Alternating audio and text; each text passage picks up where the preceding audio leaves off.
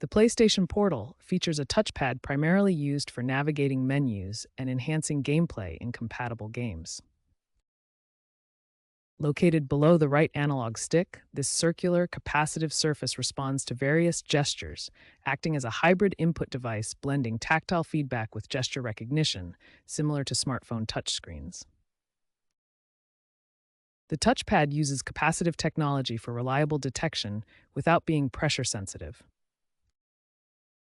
Basic functions include single taps, acting as a click like pressing the X button, commonly used for selecting items.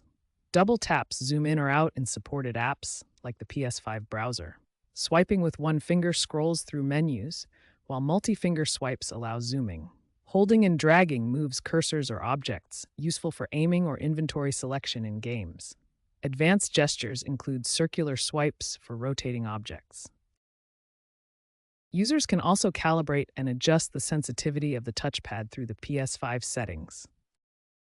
Many games remap the touchpad for unique in-game actions. In Spider-Man 2, swiping controls web-slinging mechanics.